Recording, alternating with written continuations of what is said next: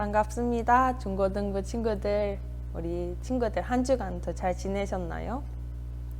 요즘 날이 많이 풀렸는데 어디론가 나가지도 못하고 많이 답답한 상황 가운데 놓여 있어요.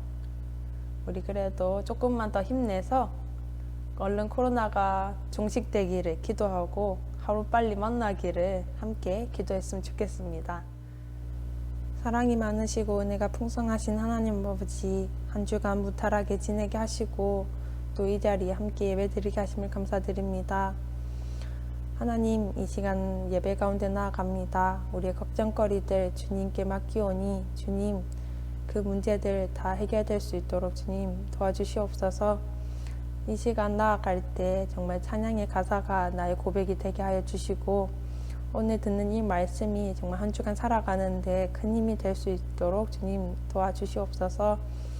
오늘 예배의 시작과 끝을 하나님께 맡깁니다. 주님 도와주시옵소서. 예수님 이름으로 기도드립니다. 아멘. 이 땅에 그 어느도 주님과 같은 사랑을 우리에게 줄 수 없습니다. 영원히 변하지 않는 그 이름을 찬양하며 나갑시다. 할렐루야!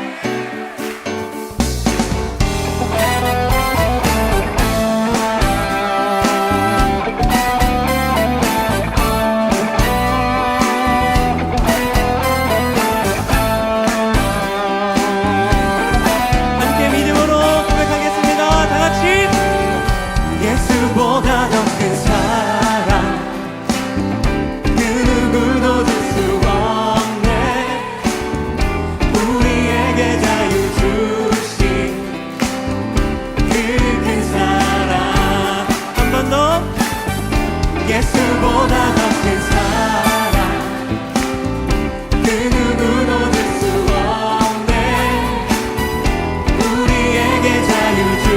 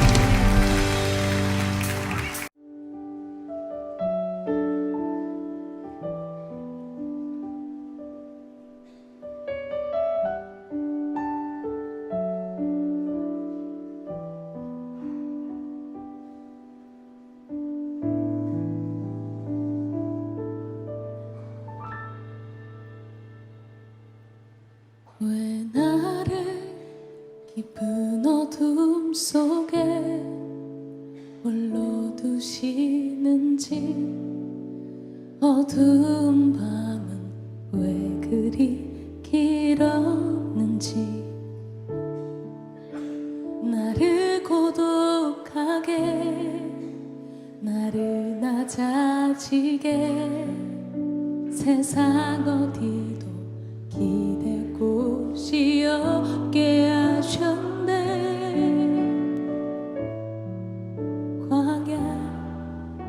광야에 서 있네.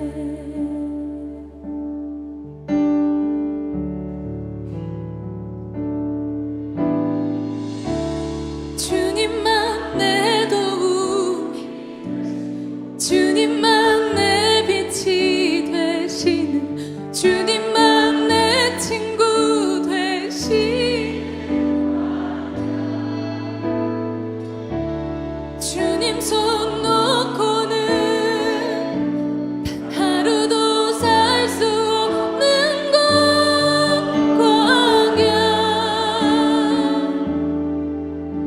광야에 서 있네.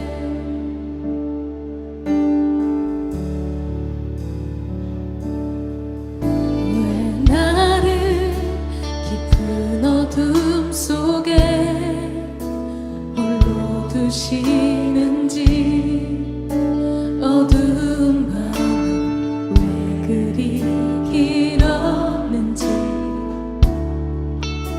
나를 고독하게 나를 낮아지게 세상 어디 기댈 곳이 없게 하셨네.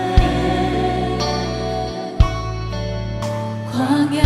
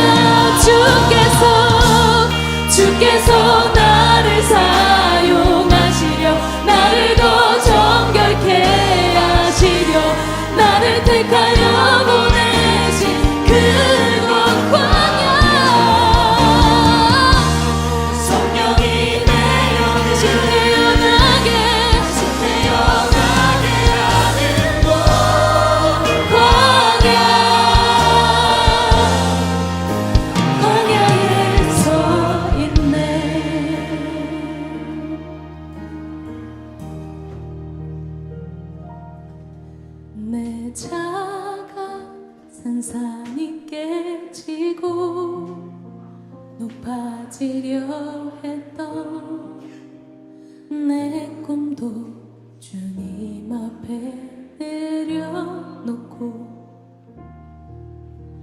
오직 주님 뜻만 이루어지기를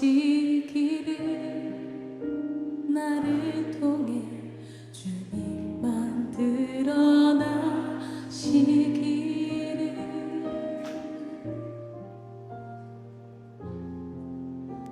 광야를 지나며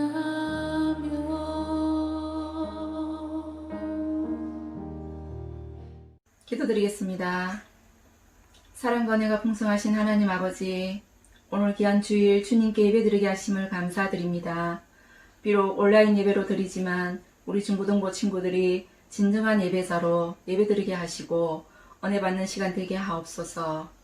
2021년 새해가 밝았지만 코로나19로 인해 우리들의 일상에 많은 제약을 받고 있습니다. 하루속히 코로나가 종식되게 하시고 예배와 일상이 회복되게 하옵소서. 우리 중고등부 친구들 새해를 맞이하여 새로운 계획들과 간절한 기도 제목들 있습니다. 주님, 그 계획들 위에 함께 하시어 잘 이루어 나갈 수 있도록 지혜를 주시고 응답하여 주옵소서. 힘든 이 시기를 잘 헤쳐나갈 수 있도록 주님 동행하여 주옵시고 믿음으로 늘 승리하게 하옵소서. 사랑의 주님, 늘 애쓰고 수고하시는 전도사님 영육간의 강건함으로 지켜주시고 이 시간 전하시는 말씀에 능력을 주셔서 성령 충만한 시간 되게 하옵소서. 한 주간의 삶도 주님 건강으로 지켜주시고 우리를 강하게 하사 늘 충성된 주의 자녀로 살게 하옵소서. 감사드리며 예수님 이름으로 기도드렸습니다. 아멘. 오늘은 내 인생의 내비게이션이라는 제목으로 말씀 전하겠습니다. 오늘 본문 말씀은 출애굽기 13장 20절에서 22절 말씀입니다. 전도사님이 봉독하도록 하겠습니다. 그들이 숲곳을 떠나서 광야 끝 에담의 장막을 치니 여호와께서 그들 앞에서 가시며 낮에는 구름 기둥으로 그들의 길을 인도하시고 밤에는 불 기둥을 그들에게 비추사 낮이나 밤이나 진행하게 하시니 낮에는 구름 기둥, 밤에는 불 기둥이 백성 앞에서 떠나지 아니하니라. 아멘. 우리는 자신의 인생이 참 답답하다고 느낄 때가 많죠? 전도사님도 우리 친구들 나이 때 계속 고민하고 또 고민한 것이 내 인생은 어떻게 살아야 되는 것일까? 내 인생이지만 내가 뭘 잘하고 뭘 하고 싶은지, 그리고 내가 이 꿈을 가졌지만은 이게 제대로 된 것인지 확신조차 없었습니다. 지금 우리 이 시기는 내가 무엇을 잘하는지도 잘 모르겠고 솔직하게 말하면은 인생 목적이나 꿈이 분명하지가 않습니다. 이렇게 살면 도대체 내가 뭐가 될지 불안하기도 합니다. 이런 답답함을 누가 풀어줄 수 있을까요? 전도사님이 운전한 지 딱 한 달째 됐는데요. 아직 겁이 많은 초보인지라 모르는 곳을 갈 때면 내비게이션을 검색해서 도움을 받습니다. 내비게이션이 있어서 얼마나 다행이라고 생각할 때가 많은지 모릅니다. 우리 인생에도 이런 내비게이션과 같은 친절한 안내자가 있으면 얼마나 좋을까요? 우리에게도 이런 친절한 내비게이션과 같은 안내자가 있습니다. 누구일까요? 네, 바로 여호와 하나님이십니다. 창세기 28장에서 우리는 야곱을 만나게 됩니다.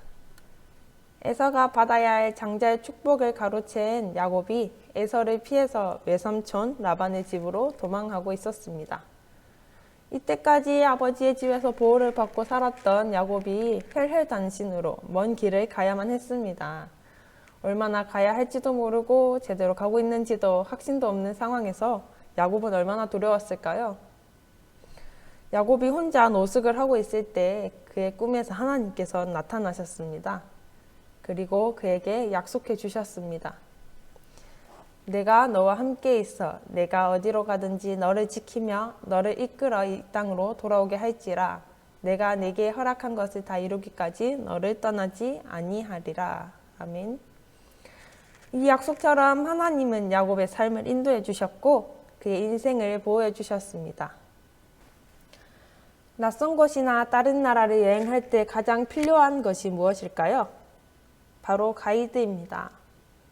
똑똑한 가이드 한 사람만 있으면 거의 모든 문제가 해결됩니다.